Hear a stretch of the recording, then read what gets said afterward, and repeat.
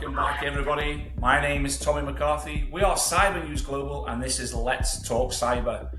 Wow, 3 weeks ago, I was at GISEC in Dubai, one of the biggest international cybersecurity events in the world, and I missed the opportunity to catch up with this young lady, Ayleen Charlotte. Ayleen was involved in one of the most elaborate, horrendous personal scams that I've ever had to bear witness to. But before we get into that, what I'd like to do is say hello, Ayleen Charlotte. Welcome to Let's Talk Cyber. Hi, Thomas. Thank you so much for having me today. Wonderful. And I do apologize for not managing to capture you when we were all in GISEC. It was a busy 3 days for everybody. I know for yourself as well. You had 3 different sessions and I didn't manage to get along to any one of them. So I apologize immensely. But Ayleen, Okay. you know, your experience is one that actually shocked me to the bone. It really did. It horrified me. It's part of an international documentary on Netflix, the Tinder Swindler. It's such an elaborate scam. It's definitely something out of Hollywood. I just can't believe what I bared witness to when I watched it. But before we go into it, Ayleen, tell us a little bit about you. Who is Ayleen Charlotte? Where are you from? What do you do? Well, everybody knows me from the documentary The Tinder Swindler, but I also had a life before that. I used to work in high-end fashion with brands like Louis Vuitton, Hermes, Hugo Boss, yeah, I used to do that, and then I met. I thought he was the love of my life, but he ended up the most horrible part of my life. And there it all started. You know, but let's get down to why we're here. So I missed the opportunity to speak to you at GISEC. As I said earlier, you were on the main stage in a number of occasions. You shared the stage with His Excellency, Dr. Mohammed Al-Kuwaiti, the head of the Cybersecurity Council in the UAE, which is a massive honor, believe me, to talk about some experiences. Obviously, he shared his insights with you about the law and in relation to cybercrime. But you were there as a guest speaker to talk about your experience on this program that's been profiled on Netflix, Tinder Swindler. You know, before we go into it, one of the things that a lot of people won't be aware of is how many different elaborate scams there are that people get caught out with on a day-to-day basis online. Over 40 different scams. You know, you talk about phishing, you talk about smishing, vishing, whaling, spear phishing. Everything is in relation to how you catch people out. But the most elaborate one here is the most personal one, and sadly, it's the one that caught you out, and it's the catfishing. It's where people make a fake profile about themselves online and misrepresent who they are and build on people's trusts. And this is exactly what happened to you. It's a horrendous documentary to watch. It's so passionate, it's so personal. The individual that perpetrated this is a scumbag. And I can say that because I'm a father. I've been to Israel, I've been to Tel Aviv, I've got friends there, and believe me, this is a man that's living on borrowed time. Would you please share a little bit about your experience on this whole Tinder Swindler? Tell us a little bit about what happened. Yes, of course. Like you already said, this is one of the most horrible crimes and frauds there is, because someone is making you fall in love with them.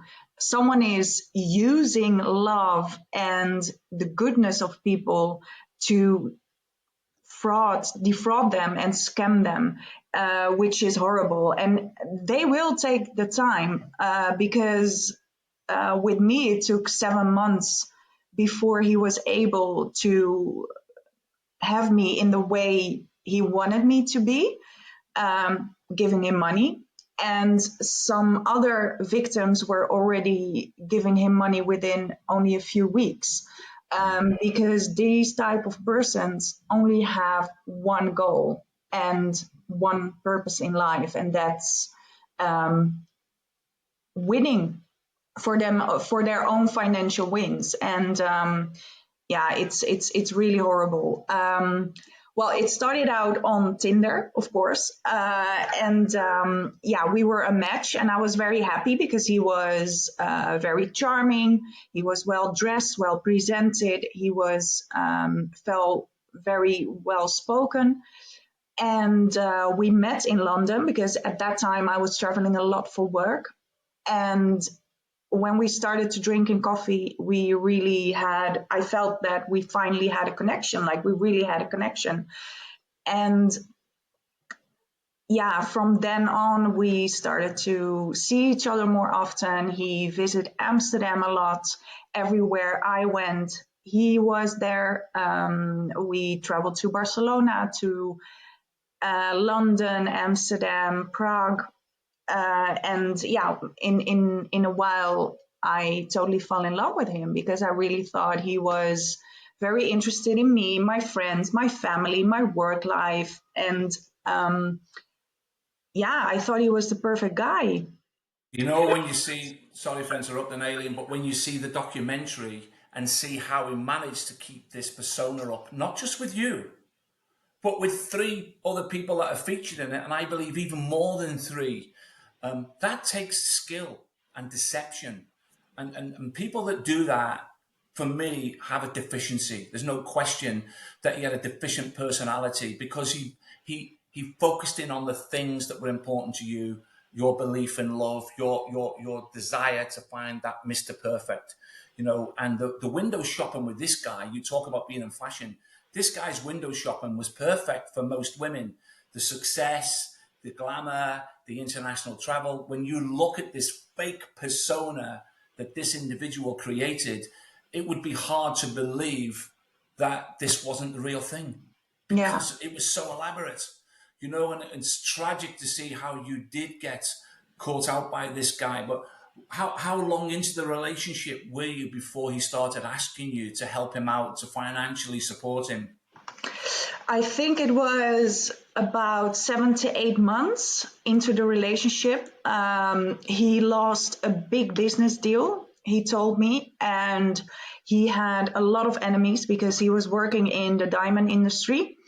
And because of this diamond industry, it was a very dangerous business, and therefore he had a lot of enemies. And when he lost the big business deal, his enemies were chasing him more than ever. And if they wouldn't come to him, they would have come to me. That's how he presented it.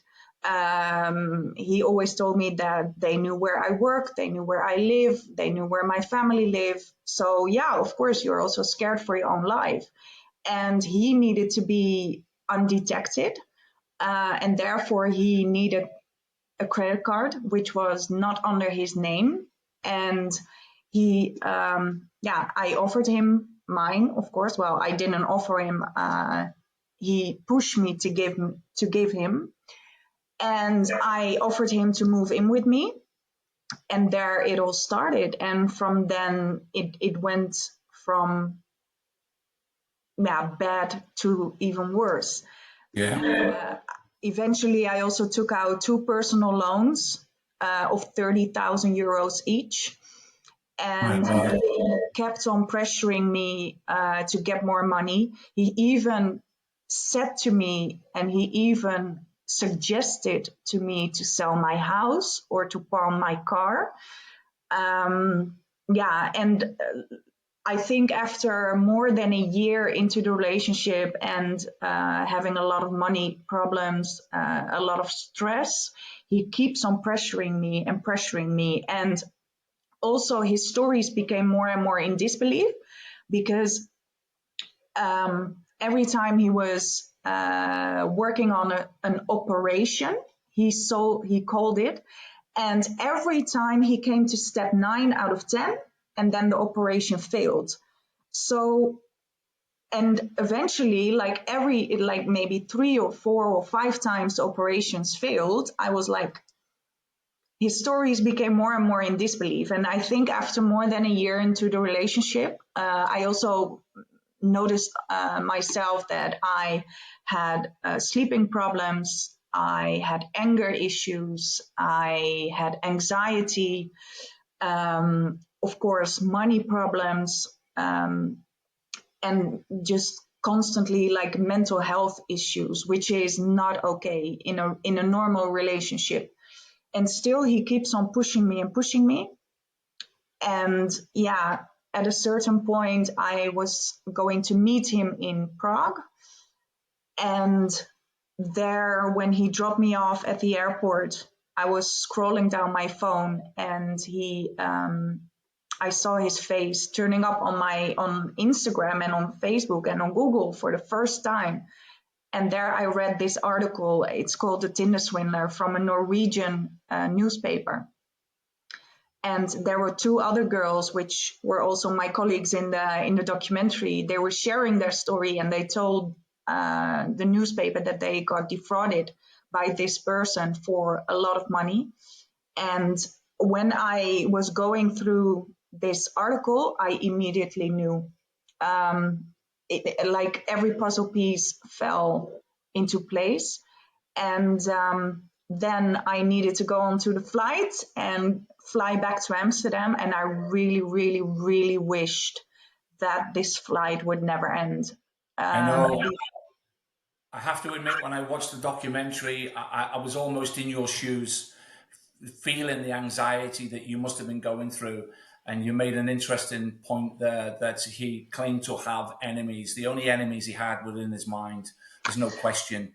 Well, the only enemies he actually had were the persons who he already defrauded before us. Those were his enemies. And now I think I'm one of the biggest. Well, understandably, and I have no, from my point of view, he would be a lifelong enemy if he did anything like this to any member of my family. So I completely understand where you're coming from. You know, the one thing that made me smile throughout all of this unbelievable travesty was the way that you managed to have the mindset, the ability, given the impact on your mental health must have been outrageous. You know, go on that flight knowing after reading that article what you were heading towards, to be able to compose yourself and figure out how you could plan to get a little bit of payback to him, for me was tremendous. The mindset, the fact that you had the ability to be able to hatch this idea that how do I get my own back on this guy, who was never going to be to the same level of the fraud that he impacted on you, but certainly it made me smile. Tell us a little bit about what happened there. Yes, well, after I came back from Prague the first time, I knew that like he defrauded me, and I knew I was in a lot of troubles in all areas of my life. For example, mentally, but also financially. I even put my job on the line because he also visited my work a lot of times. So and at that point, I had to tell everybody because I wasn't afraid of sharing my story. So I told my friends and my family one to one and one by one what happened to me. And they became also my beacon of support and trust. Yeah. And eventually, I think the anger triggered me more because I had so much anger towards him because at that moment when I already knew I got defrauded, he was still pushing me and he was still trying to get the same control over me which he had for the past year. And I didn't want to end it this way. I was like, you need to be behind bars. You need to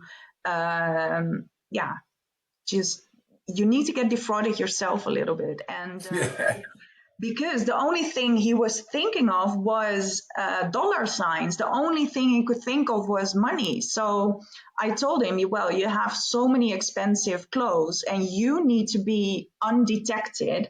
So please give all of these clothes to me. We need the money. And let me sell it for you and send you the money so you can continue your operations. And that's what he did. He was very enthusiastic. He sended me, at that point, he's sending me all the pictures of all the clothes he had. And I was like, oh, wow. And I also was in a very good position because I knew how much everything was worth and how I could sell it. And then I traveled to Prague on my own. I visited him in Prague again. He packed up 3 big suitcases of like almost 30 kilo each. And I left him with a few pieces of underwear, 2 t-shirts and 1 jeans. Wonderful. So Yeah. tell me, have you managed yet to sell all the clothes? No, I still have a little bit, but I think I will, I don't know, ritually burn it or something. No, you won't. I want to buy. I'm definitely going to buy a garment, and I am going to make a public display of what I'll do with this garment. So you can send me the link. You know that's a small victory in the grander scale of things, because the whole time he is mentally bullying you. He's doing exactly the same thing to other victims. Yeah. You know, in relation to the same concept behind the catfishing, this fake persona. You know, he stole the credibility of a very well-known and exceptionally respected family from Israel, who were a diamond trader. You know, he implied that he was the CEO. He even gave one of the victims a job, created a generous monthly income so she could increase her own lending power with the banks and credit cards, all to fund his lifestyle. So, you know, for me, this is the ultimate, the lowest of the low. You know, the fact of the impact that it had on so many people just demonstrates the vulnerability we all have now in the world we live in. This digital age that we live in makes crime so much easier for a lot of criminals, because they don't have to normally come face to face with their victims. But this is what makes this particular crime so heinous, is because he developed a relationship with you, a personal relationship, whilst the whole time he was just deceiving you and defrauding you. You know, let's not focus anymore on this scumbag. Let's talk about you now. What are you doing now? How have you changed your life? Well, when I was contacted to be a part of the documentary, I really had to think it over and think it through for a very long time. It took me almost 8 months to finally say yes.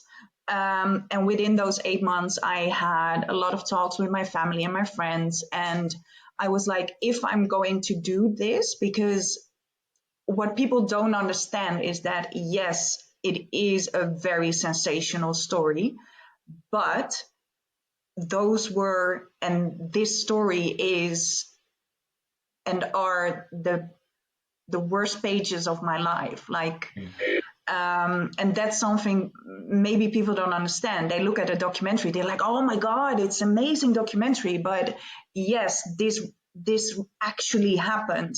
This was my life, unfortunately. So I had 3 purposes to guide me through this documentary making, but also for the rest of my life, because I really want to do something with my story.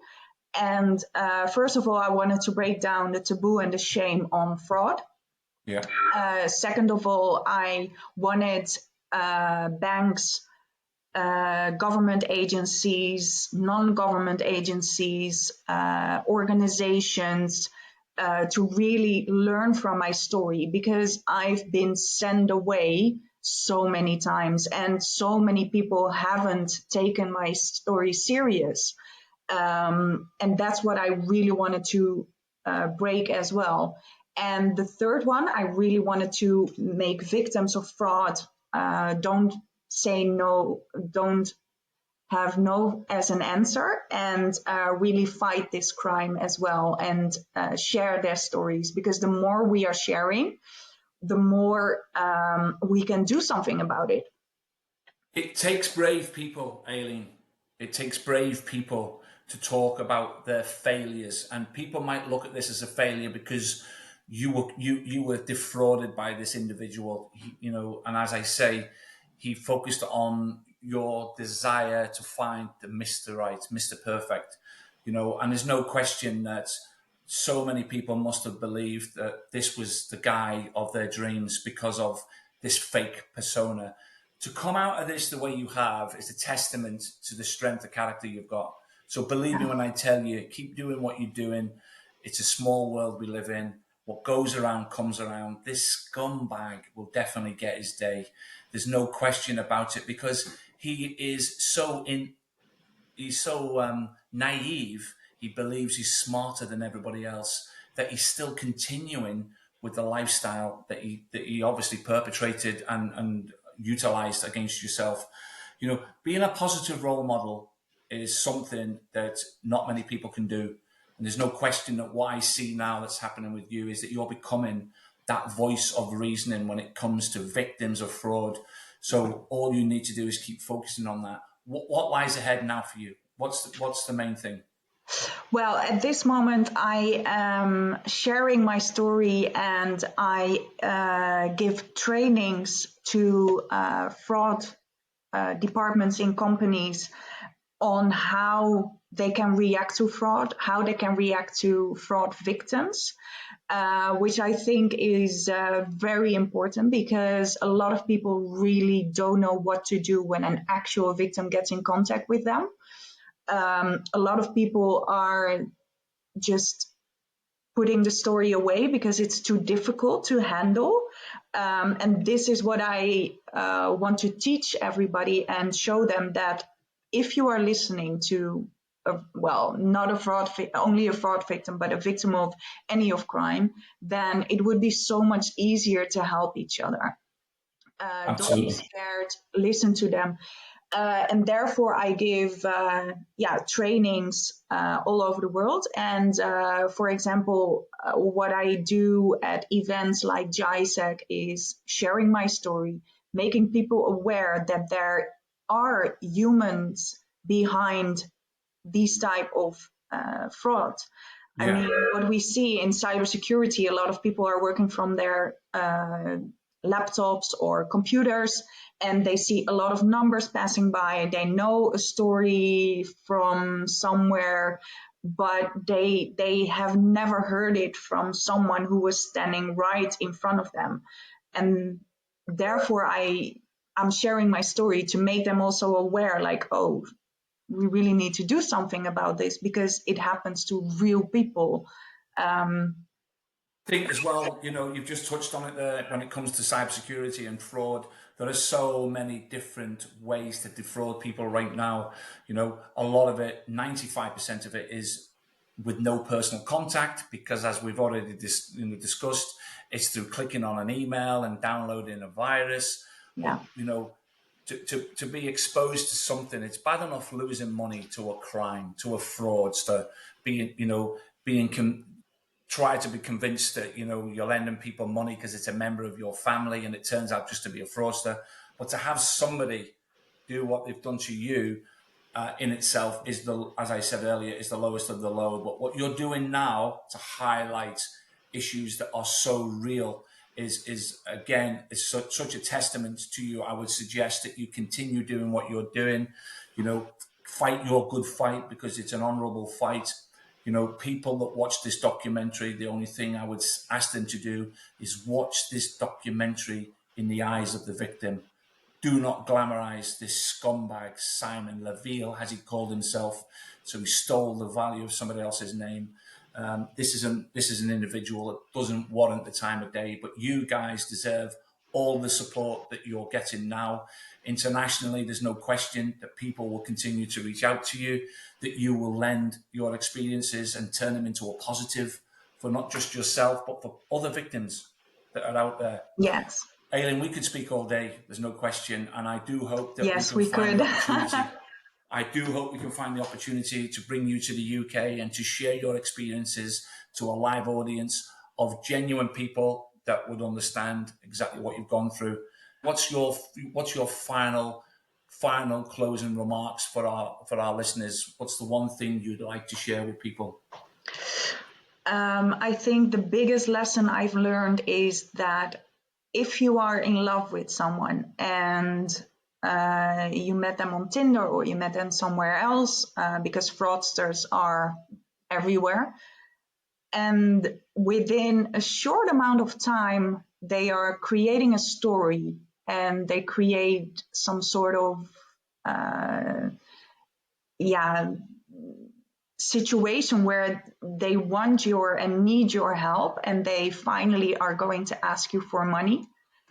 Please take your time, step away from the situation, go share this story with your family and friends, see what their opinion is.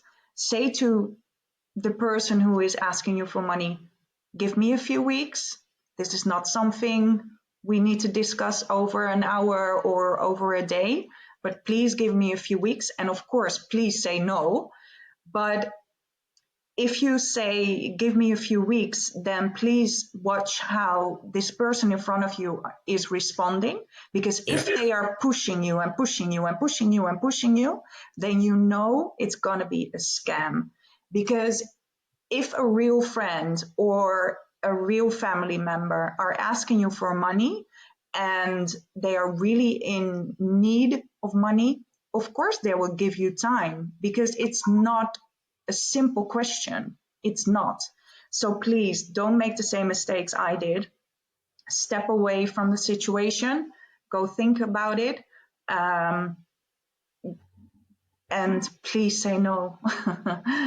Hindsight's a wonderful thing, and I think I can summarize that. Don't let your heart rule your head. You know, you were caught in the headlights of love. There's no question. Ayleen was kind enough to tell me that if you're interested in reaching out to her, reach out to her on Instagram. But believe me, she will check you out before she replies. She's learned some valuable lessons.